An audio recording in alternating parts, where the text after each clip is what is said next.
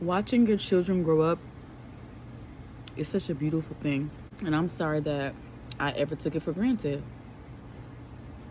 Like, I want to apologize to my children every day for ever not treating them the way they should be treated, forever not spending enough time with them, for the times I can't spend enough time with them. I hate that I miss out on time with them. I really do. Whether it's going to the other parent or going to school. Like, I want my child I want them to socialize, but with work and school and stuff like that and other parenting schedules, it's not normal. And I was watching a TikTok the other day of someone who was talking about something similar. Like, with motherhood, I feel like I was robbed of the experience that I should have had or wanted to have. You know, being a single parent and co-parenting with a narcissist is extremely hard. It's probably the most challenging experience that I've had in adulthood. It's extremely challenging, you know. I think I'm doing a decent job at handling it. I could do better, right? But I've come a long way. I'm proud of who I am today. Okay, I really am proud of myself. I give myself grace. I love myself. I'm gentle with myself. I forgive myself for having to do things that I'm not proud of or didn't want to do because I was in a survival mode. When you're living in survival mode, it's really scary times. I can't be mad at anybody for doing something they felt they needed to do while in survival mode. But also being, if you hurt somebody, definitely should be, you should be someone who is wanting to do better, wanting to be a better person. Hopefully you are a better person.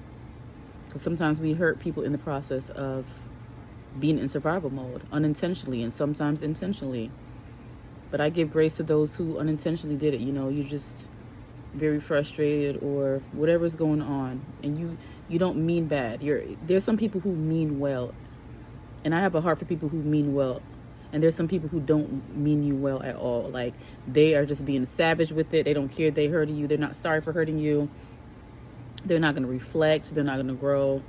Nothing. There's like no feeling is almost dead. Those people are scary, and I don't like to be around people like that. I don't even like associating with people like that. And but it's the world we live in. We can't expect everyone to be like us, and that's probably one of the hardest things that I've ever had to learn. Everybody is not like you. Expecting people to do you the way you would have did them, you can't control other people. People do you how they're going to do you. What are you going to do with that information now? They did you a way you didn't like. What are you going to do with that now? You're going to stick around for it? Or are you going to move on? Okay, make sure you're not make sure you're not being a doormat to anyone. Please stand on business, stand on value and morals. People will treat you the way you allow them. Sometimes we don't know how people really are. Then you finally get involved with them. You realize, like, this person doesn't mean me any good. It's time to go. When you have experienced trauma and you're living a place of survival, red flags look like safe, because that's why you went towards it. Like, if you really truly knew the danger you were in by getting involved with certain people, you would not have done it. And it's sad when you get involved and then after the fact you realize, like, oh my God, I missed so many red flags. But you got to give yourself grace. A lot of times we get involved with people we shouldn't have got involved with because we were living survival mode and we were just going to something that was familiar to us, even if it was toxic.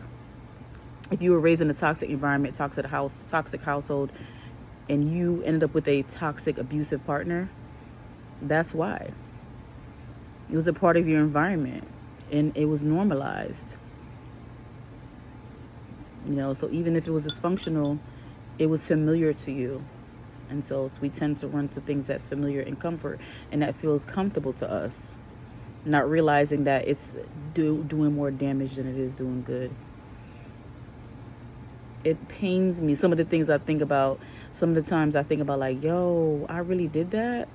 Or like, yo, I really went through that. It don't get easier, you know what I'm saying? But no matter what thought comes to your mind or what memory you have or what flashbacks you have, You have to give yourself grace.